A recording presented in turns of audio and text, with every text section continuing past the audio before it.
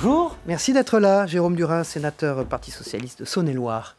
Bonjour Jérôme Durin, Bonjour. On va parler avec vous bien sûr de la restitution du grand débat qui a donc commencé hier par cette grande cérémonie au Grand Palais. Ça continue aujourd'hui à l'Assemblée nationale, demain au Sénat. Qu'est-ce qui vous a le plus marqué dans cet exercice? Quels enseignements vous avez tirés de cette consultation et de ce qu'on a entendu hier dans la bouche du Premier ministre? Peut-être que quand on sait ce qu'on cherche, on sait ce qu'on trouve. Et que finalement, les questions de méthode reviennent beaucoup dans les commentaires. Alors évidemment, il y a des choses qui ne sont pas surprenantes dans la parole des Français qui ont voulu s'exprimer. Mais les contraintes qui avaient été fixées dans ce débat, la forme du questionnaire, la place omniprésente du président de la République fait que ce grand débat, peut-être dans ses réponses, est insuffisant. Alors tout ça c'est sur la forme, mais sur le fond, visiblement les réponses pourraient être fiscales, c'est ce qu'on entend beaucoup depuis hier, des baisses d'impôts, c'est ce que demanderaient les Français dans ce grand débat national. Est-ce que c'est ça que doit annoncer à votre sens Emmanuel Macron, des baisses d'impôts?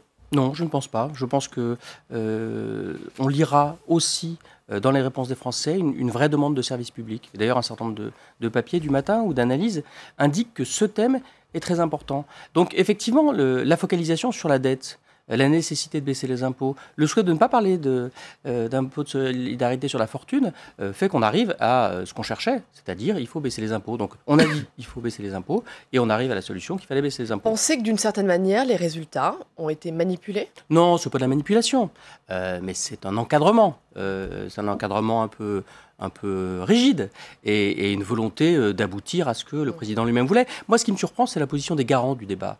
Vous les avez vus, les garants, ils étaient quand même finalement on vient de les entendre un petit peu critiques sur la place du président, sur la façon dont tout ça a été conduit.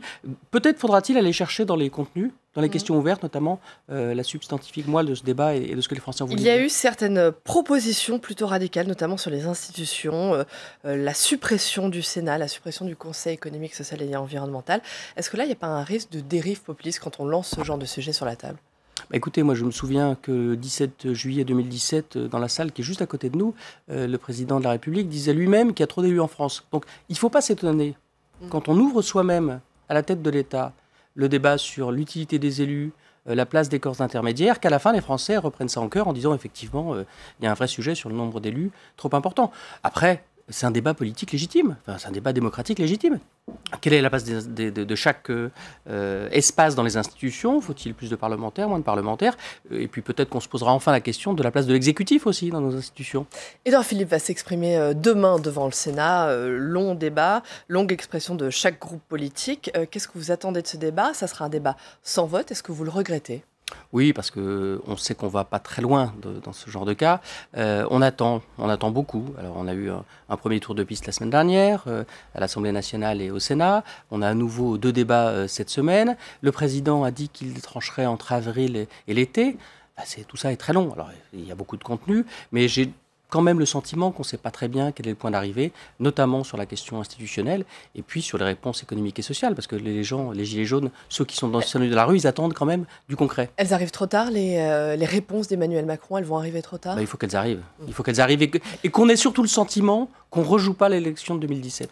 Quelques mots maintenant, Jérôme Durin, sur les européennes. Vous êtes socialiste, sur la désunion de la gauche. J'aimerais savoir si Raphaël Glucksmann est bien votre candidat et est-ce que vous allez voter pour lui pour sa liste? Ah oui, Raphaël Glucksmann est mon candidat et je voterai pour lui pour sa liste, parce que je pense que la démarche qui a été choisie par Olivier Faure, elle correspond à un instant. C'était la bonne démarche pour faire gagner la gauche? Quand on est en difficulté, il n'y a pas de bonne démarche. Il n'y a que des paris, il n'y a que des tentatives politiques, il n'y a que des essais.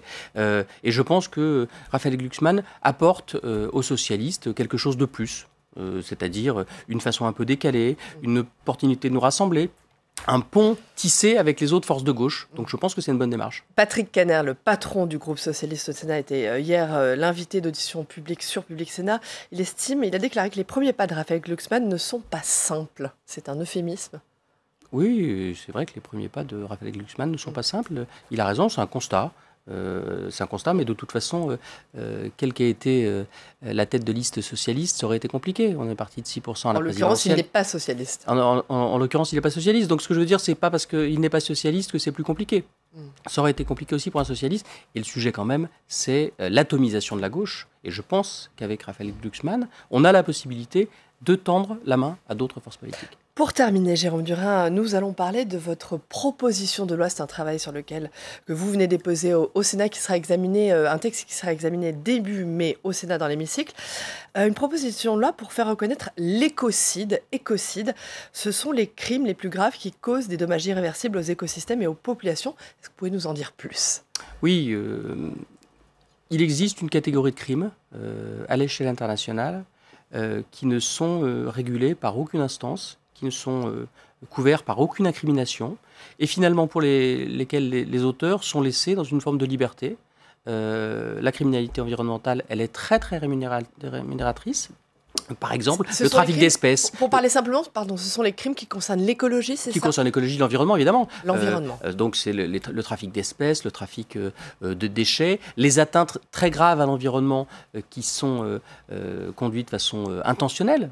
On pense par exemple à ce cargo en 2006, le Probo Koala, qui est allé déverser en Afrique des boues toxiques.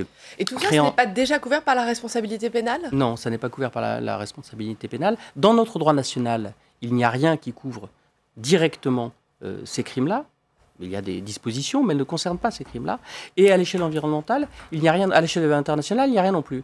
Et donc tout le monde se renvoie la balle, et pendant ce temps-là, la criminalité environnementale, elle prospère. Alors qu'est-ce que vous proposez dans ce texte concrètement? Comment y remédier? Eh bien, nous, on propose que ce crime d'écocide soit une catégorie à part, une incrimination particulière de notre droit pénal, avec des peines importante, 7,5 millions € d'amende et 20 ans de réclusion, donc quelque chose de très très lourd.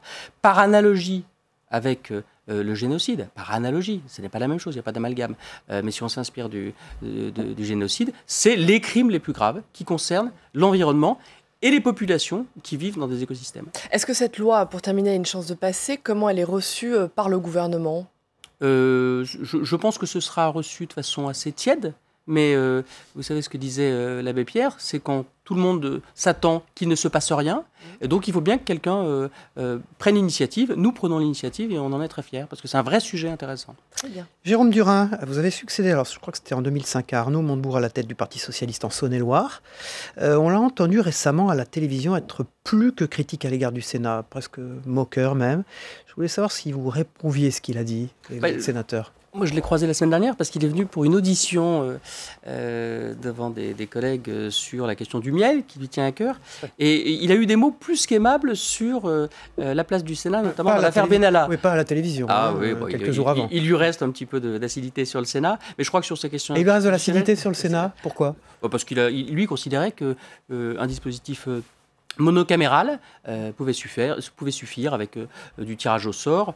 C'est un point que je ne partage pas avec lui, parce que je crois que dans la période, surtout depuis 2017, le Sénat a démontré son... Et vous êtes resté proche? Ah, très.